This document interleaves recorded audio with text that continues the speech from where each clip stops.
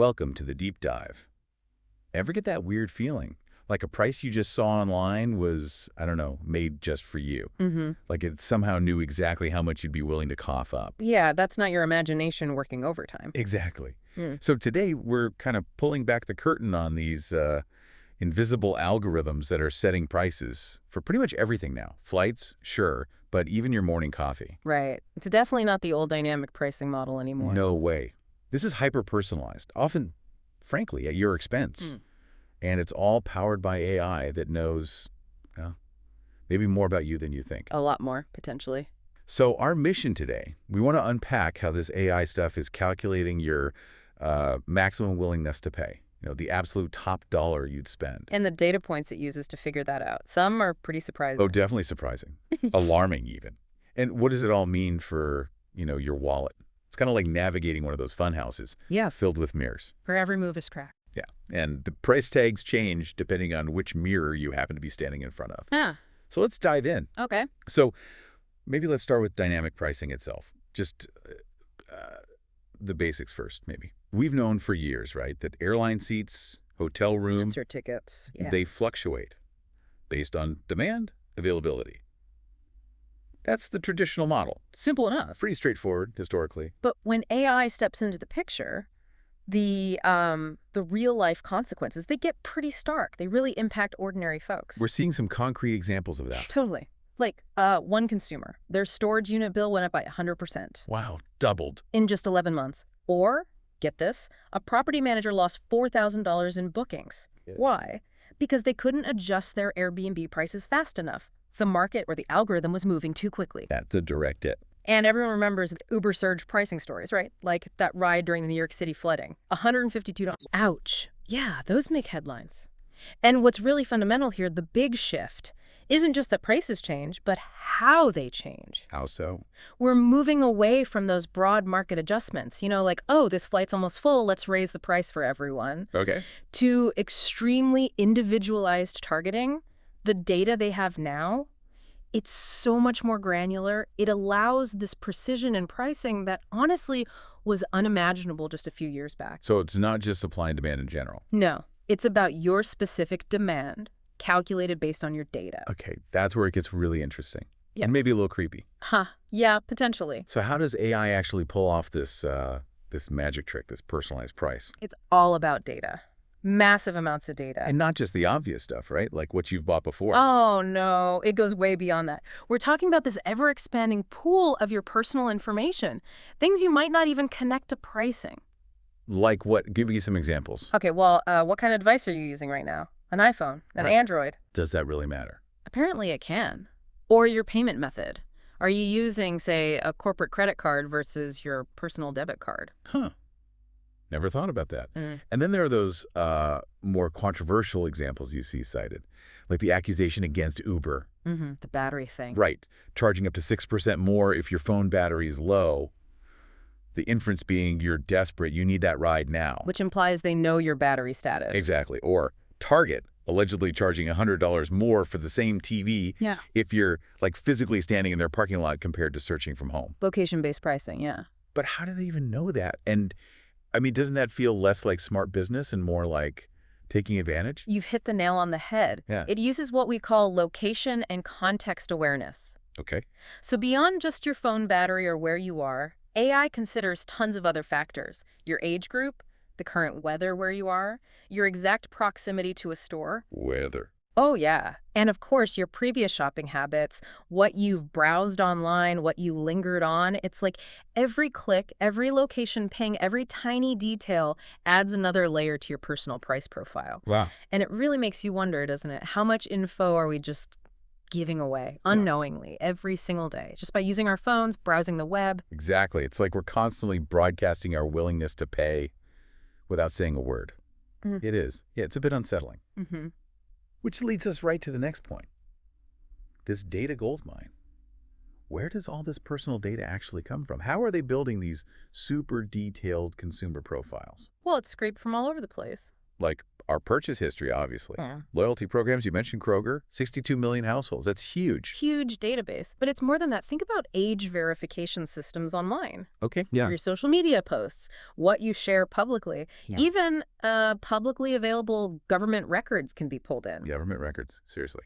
Seriously. The implications are pretty profound when you think about it. AI can link your email to your LinkedIn profile. And guess your income from that. Estimate your income, yeah. Identify how wealthy your neighborhood generally is.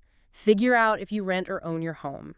Even gauge your debt levels. That feels incredibly invasive. It can even try to infer things like who you voted for based on correlations in the data. It builds this comprehensive, well, financial and psychological blueprint. Wow. And we see this push for digital verification everywhere, right? It's often framed as being for convenience or for safety. Like two-factor authentication or verifying your identity for an account. Exactly.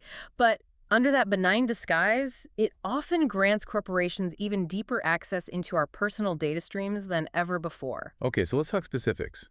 Which companies are really leaning into these AI pricing strategies?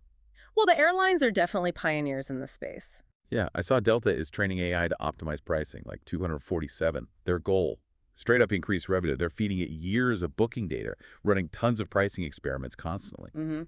And they work with partners, companies like Fetcher, who openly advertise enabling not just dynamic pricing, but truly personalized pricing. Right, and Delta says they only use trip-related data. But their partners seem to be promoting much more, shall we say, invasive approaches to data collection and targeting. There's a bit of a disconnect there. Yeah, seems like it. Then you look at retail, Walmart. Yeah. Wow, those digital price tags. Name changes. They could change prices every 10 seconds. You could literally see two identical packs of cookies side by side with different prices. And no clear reason why. None that you can see. And Walmart's even started pulling the paper price tags in some sections, like clothing. You have to use their app to find the price. Which makes it much harder to notice if prices are creeping up. It hides the increases. Totally. And Kroger, you mentioned them earlier. They're digital displays. Sometimes the ads are bigger than the actual price. Makes it hard to even figure out the costs sometimes. Yeah. And they're reportedly experimenting with facial recognition in stores, app tracking, all for personalized offers, taking that targeting right into the physical aisle. What's really striking is just the scale of it all, and how systematically these big companies are weaving AI into every single part of their pricing strategy. It's not just a little tweak here or there. No, it's becoming fundamental. It's the core engine determining what you end up paying. A really systemic shift in how we buy things. Which brings us right to the impact on us, the consumers. It can really feel like manipulation, can't it? Some sources even call it like AI-powered price gouging. Because the technology allows prices to change so fast, often without you even realizing it. Comparison shopping becomes incredibly difficult, almost impossible sometimes. Yeah, and prices can jump just as things get more popular, or even like right when you're about to click buy. That point of purchase increase. Exactly. And here's a really kind of chilling example that came up in the research. AI could potentially figure out from your social media activity, say, that you've suffered a bereavement. Oh, wow. And then jack up the price of airline tickets for you, knowing you're in a vulnerable spot and probably have to travel urgently. That is deeply concerning. That's why some people call this exploitation on steroids. Yeah, that phrase really stuck with me. Because the speed and the analytical power mean every single person's maximum willingness to pay, that absolute ceiling, can be pinpointed and well exploited at any moment. And it's not always the wealthy who pay more, right? No, absolutely not. We see how lower income communities can actually end up paying more for essential things, like older neighborhoods may be paying higher rates for slower internet service. Why would that happen? Because the AI models might determine that's what that specific demographic in that specific area is willing to tolerate or accept. It locks in existing inequalities or even makes them worse. So it connects to this bigger picture. Yeah. This fundamental power imbalance. Exactly. Amplified by technology. Now, okay, to be fair, AI could have positive uses here, right? Theoretically, yes. Like, it could lower prices automatically on groceries nearing their expiration date to reduce food waste. That seems like a win-win. That's a potential benefit, sure. Less waste for the store, cheaper food for the consumer. But is that what we're actually seeing happen on a large scale? Doesn't seem like it. I mean, Walmart made, what, $648 billion last year? A staggering amount. And there's not much evidence that AI is leading to widespread price reductions for shoppers. It seems the main use is well, extracting more profit, And this really bumps up against the legal and regulatory side of things, especially in the U.S. which is lagging behind. Way behind. The existing laws about price gouging, they're pretty old. They mostly apply only during declared emergencies, hurricanes, pandemics, that kind of thing. Not these constant algorithm-driven price shifts happening every second. Exactly. Those aren't covered in the same way. Plus, most companies' terms of service, the stuff you click agree to. Without reading. Let's be honest. Yes. They usually grant the company broad rights to change prices whenever and however they want. So, in a way, you've already agreed to this dynamic, personalized pricing. So there's not much legal protection.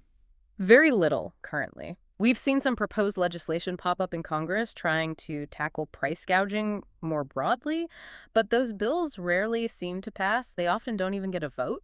Are there any loopholes or illegal aspects? Well, perhaps the clearest illegal thing would be advertising one price and then actually charging you a different one at checkout, bait and switch. Okay.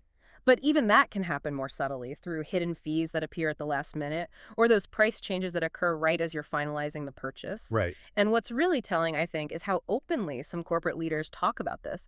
They've literally said things like inflation is a friend Wow. and that they will raise prices as much as they believe consumers can tolerate.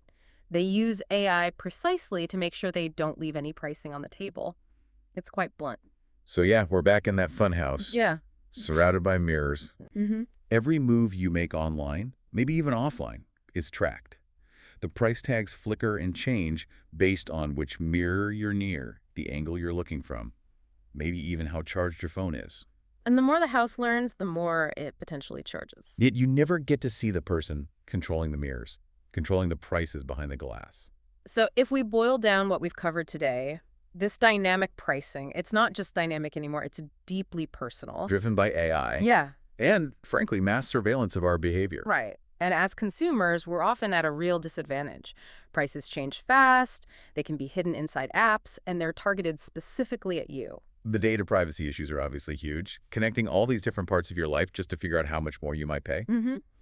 And critically, the rules, the regulations, they just haven't caught up. Current laws barely touch what this AI-driven pricing can actually do. And companies will frame it as, improving the customer experience or offering personalized deals. But the bottom line for many consumers seems to be higher prices overall and definitely less transparency about why things cost what they do. So, considering how deep this AI-powered pricing runs now, how embedded it is in just our everyday shopping, here's something to think about. What ethical responsibilities do these companies actually have? And maybe more personally, what proactive steps could you even take, if any, to navigate this increasingly complex marketplace? That's the big question, isn't it? Definitely something to mull over. We'll leave you with that thought until our next deep dive.